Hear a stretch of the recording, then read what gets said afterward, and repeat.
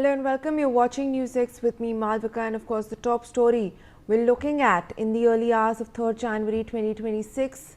The US carried out airstrikes across Venezuela with explosions rocking the capital Caracas before dawn. Shortly afterwards, Donald Trump announced that US forces had captured the Venezuelan President Nicolas Maduro and his wife Celia Flores and flown them out of the country.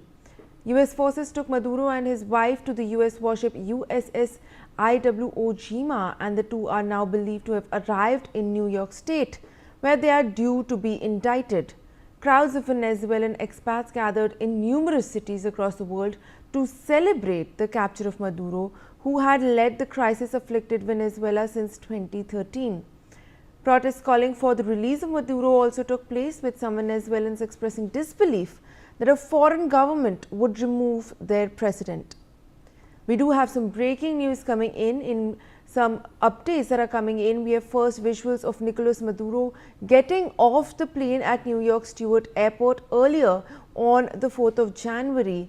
He can be seen walking under escort by numerous federal agents of the US DEA, that is the Drug Enforcement Authority, and you have those visuals on your screens right now. These are the first visuals of Maduro following his capture, and he can be seen at the New York airport, and those are the officials of the US Drug Enforcement Authority who are in fact escorting him following his capture. Aditya Vadavan, my colleague, joins us for more details on the same. Aditya, of course, a very major update that is coming in. We now have the first visuals of President Maduro after his capture. Take us through the details. What is currently going on over there in New York? Well, absolutely. Malvika, this Maduro has been kept in a very private detention center at New York, and definitely, last night, his first visuals of when, he was being taken into the Lima aircraft, accompanied by the U.S. forces, came to light, and, there were several reactions to it, when, Maduro was boarded on the U.S. aircraft plane, and definitely now, it needs to be seen how things unfold in this scenario, because we have seen, how U.S. President Trump has been, completely, he's been signaling, he has been saying that, Maduro has been definitely, if you see, Maduro has been charged, he's been saying that Maduro is behind a big drug cartel that operates, and definitely he was arrested along with his entire family, and so definitely, as soon as he was arrested, the views but from the opposition leaders came and said that he has been now the Venezuela has been given complete freedom from drugs, and one of the opposition leader of Venezuela said that he named one particular leader who should become the next president of Venezuela. So entire things are under watch now. It needs to be seen from here and how things unfold. Malvika. Well, Aditya, please do stay on with us. Meanwhile, I also have Ms. Purnima Nath, Republican leader, joining me on the broadcast. Ma'am, thank you for taking the time to speak with us. And of course, we're taking a look at this very major development. We now have visuals of Maduro. He has landed in New York, and it is said that he will be indicted very, very shortly. So firstly, obviously, I would want to know your first thoughts. How do you view these strikes, this regime change that is in fact going on currently, and Maduro being brought to the United States of America to face charges? Thank you so much for having me. I appreciate it. Jai Hind, first of all, I think for this particular attack by America against Venezuela is extremely disturbing. It's setting a dangerous trend and precedent as well. So in one mouth, America says that nobody should be able to invade another country, but America reserved the right to go around and invade another country, whether it's Iran, Venezuela, Cuba, anywhere else. That has been going on from quite some time, hundreds of years. One of the first coup by America was conducted in 1893. The reason that today we have Hawaii part of America is because of the coup that was conducted by America and actually overthrown the Queen of Hawaii, and that's exactly how America actually got Hawaii. And then if you look at Colorado, California, Texas, Nevada, and etc., these are all part of American Indian territory that America once literally ousted, slaughtered indigenous Native Americans to capture this land. So we do have a quite a vicious history, but unfortunately what we are actually seeing in this country today, that the hyper racism that is happening around, and also communication around Christian supremacy, this is particularly quite significantly dangerous for people like us, who's actually an immigrant to this country, not a Christian, not a white skinned person, not an European descent. So unfortunately we become the scapegoat as well. Now, in this particular situation, are you signaling that America actually can go around and to do a regime change, conduct a regime change, install a puppet in any region of the continent, or literally any part of the world? Or in one mouth you say we can do it, however China cannot do it. China cannot invade Taiwan, or Russia cannot invade Ukraine. So this hypocrisy that we are seeing is quite dangerous, because you are setting the precedent for the next wars to continue, and you can't really go, you have no legal or moral authority to go around and police the world and say that you cannot do it, but I can do it. You are not the supremacist country. Nobody has placed you as the global police to go around and dictate how the other countries should run.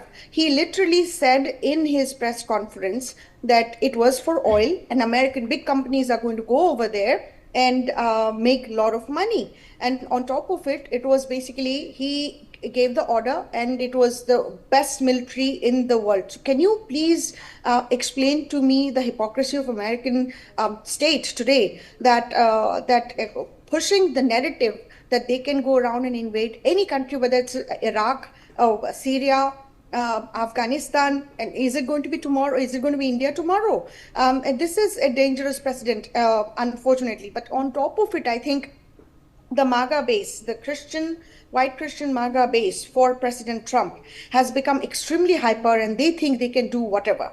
And President Trump is not going to sit in this position forever. He's for 3 years, for God's sake. And we also have 2026 midterm election. And this kind of things are actually setting a extremely dangerous precedent. No, I don't even know whether Republicans are going to win.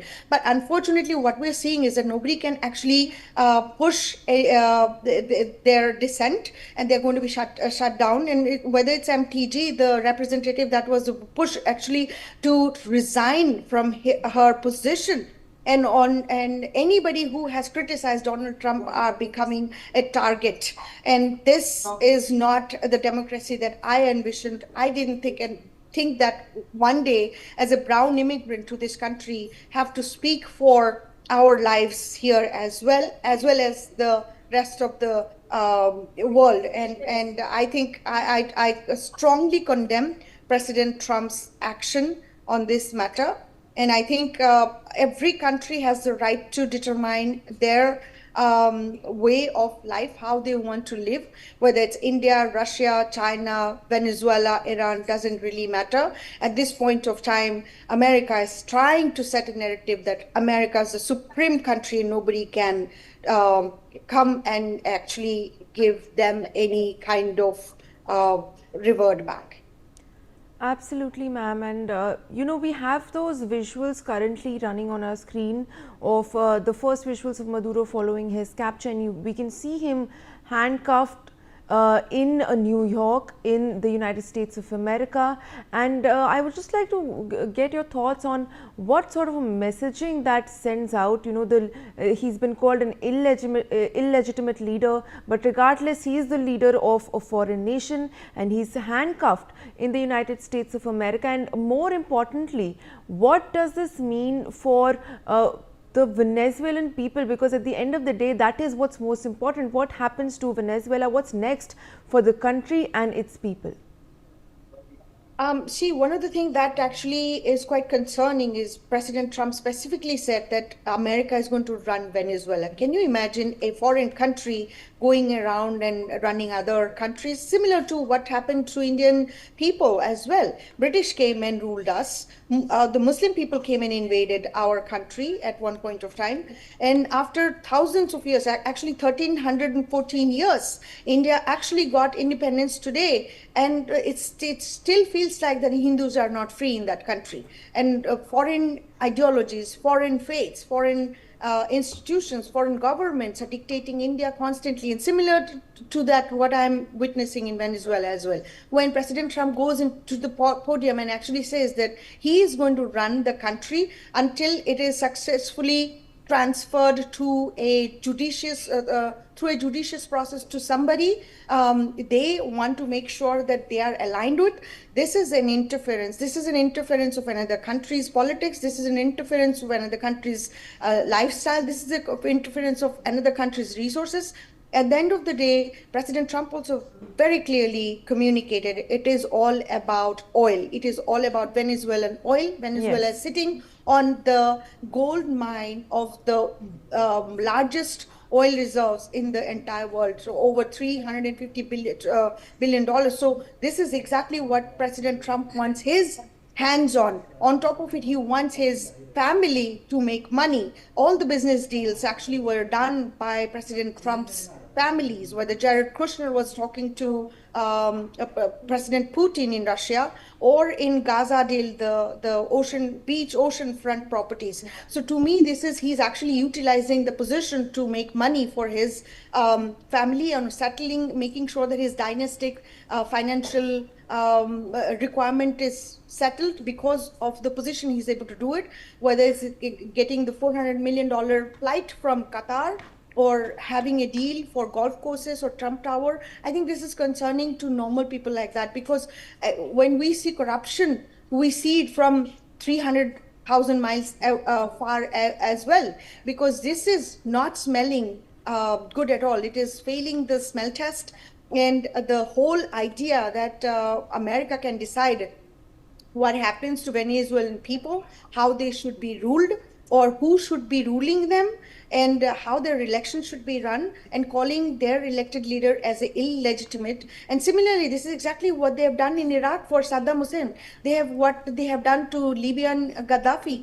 They have done to Syrian Assad. So it doesn't matter what region is. They have a weird sense of supremacy that they can go around and dictate anywhere in any continent, in any region, any country, how America wants them to behave. If you don't behave, oh, guess what? You are going to be taken out. You are going to be either killed, slaughtered, ousted from your position, exactly like what has happened in Bangladesh as well. All these protests, all these outrage that is happening is not organic. There is this is something that we as a global citizen have to discuss. I think this is concerning. Today is Venezuela. Tomorrow there is a very well chance it's going to be India. Then what? Then what is going to happen? Well, ma'am, thank you so much for joining us with your perspective on that as